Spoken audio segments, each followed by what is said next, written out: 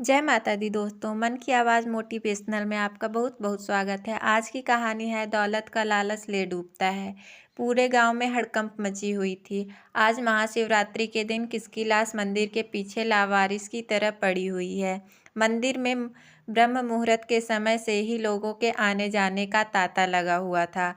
कई लोग उस मंदिर की परिक्रमा सुबह के उजाला होने से पहले ही कर चुके थे, लेकिन उन्हें पता ही नहीं चला था कि मंदिर के पीछे ऐसा भी कुछ है।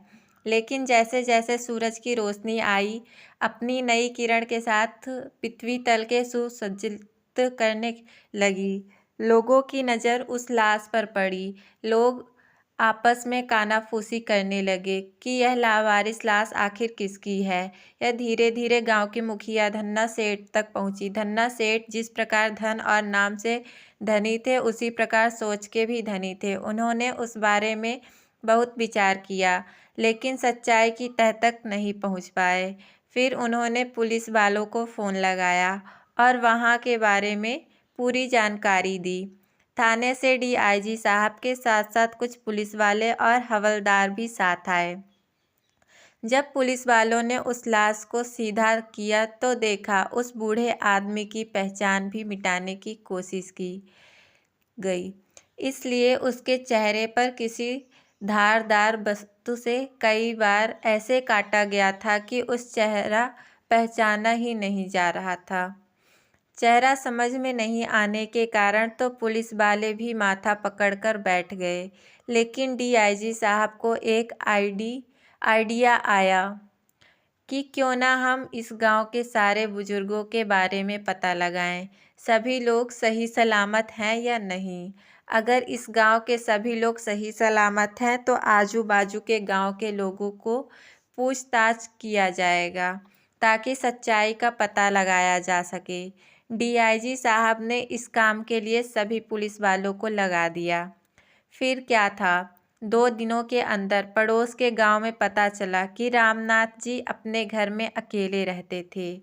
उनका बेटा मंजीत दूसरे शहर में रहता था और उनकी पत्नी सुलेखा तो गांव वालों को बिल्कुल भी पसंद नहीं करती, इसलिए वह शादी के बाद कभी गांव ही नहीं आई है। पुलिस वालों को लगा कि जब उस बेटा उतना कमा ही लेता है और बहू को तो गांव पसंद ही नहीं है, तो वे दोनों रामनाथ जी को भला क्यों मारेंगे। हो न हो उनके रिश्तेदार या फिर गांव के ही कोई उनके दुश्मन ने मार दिया हो। फिर भी डीआईजी साहब ने अपनी शंका दूर करने के लिए रामनाथ जी के बेटे मंजीत को यह कहकर बुलाया कि तुम निर्दोष हो, तुम तो अपने पिता को मार ही नहीं सकते, क्योंकि तुम इतना कमा लेते हो कि अपने पिता को क्या मारोगे, क्यों मारोगे।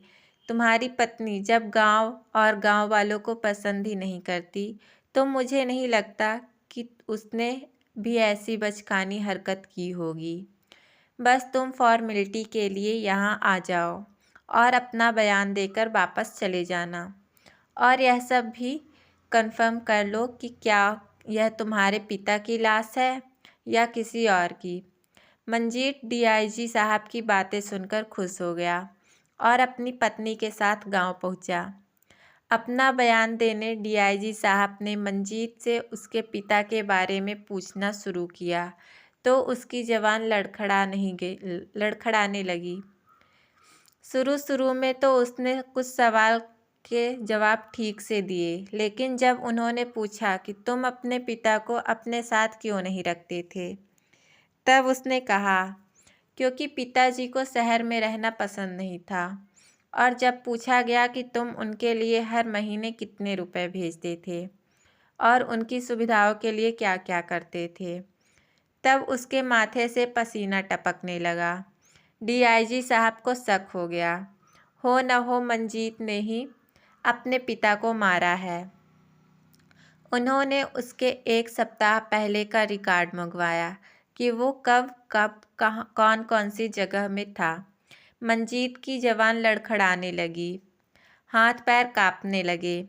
डीआईजी साहब ने उसे थोड़ी देर आराम करने के लिए अलग बैठ जाने के लिए कह दिया। अब बारी आई मंजीत की पत्नी सुलेखा की। पुलिस वालों ने जैसे ही रेखा के सामने इतना डंडा चमकाया। वह थर-थर काँपते हुए कहने लगी, सर, हमने बाबूजी को नहीं मारा। हमने तो सिर्फ उनका गला दबाया था। ना जाने कैसे उतने में ही उनके प्राण पखेरु उड़ गए और उनके चेहरे में इतने सारे निशान कैसे हुए मुझे नहीं पता। डीआईजी साहब ने उससे और ज़्यादा कुछ पूछना ज़रूरी नहीं समझे और उसे भी दूसरी तरफ बैठा दिए। फिर डीआईजी साहब ने मंजीत को अपने पास बुलाया और बोले, देखो बेटा मंजीत, अगर तुमने इस मर्डर केस के बारे में पूरी जानकारी दी तो हम तुम्हें या तो इस केस से पूरी तरह छुटकारा दे देंगे या फिर तुम्हें सज़ा दिलवा देंगे, और अगर हमें सच्चाई तक पहुंचने में जितनी ज़्यादा मशक्क़त करनी पड़ेगी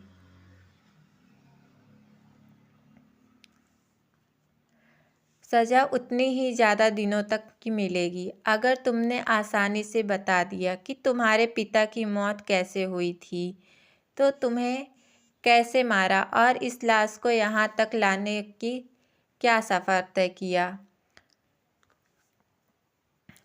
पूरा विस्तार से भी ईमानदारी के साथ बताओगे तो तुम्हें कम से कम सज़ा दिलवाने की कोशिश करेंगे। वरना सोच लो, जेल में मार तो खाओगे ही और आजीवन कारावास की सज़ा मिलेगी। वह अलग शायद हो सकता है, तुम्हें फांसी की भी सज़ा सुना सकते हैं। इसलिए तुम मेरी बात मानो और सारी बात सही सही बता दो। मंजीत भी पुलिस वालों की बात में आ गया और बोला, मैं और सुलेखा दोनों एक ही कंपनी में काम करते थे। मैंने जिस दिन उस कंपनी में कदम रखा उसी दिन लेट हो गया। मुझे मालूम न था कि डायरेक्टर सर का केबिन किधर है। उस दिन सुलेखा ने ही मेरी मदद की थी कि उसी ने मुझे लिफ्ट दी, डायरेक्टर सर के केबिन तक पहुंचाया था। कहानी पसंद आए तो लाइक, शेयर और सब्सक्राइब जरूर करें।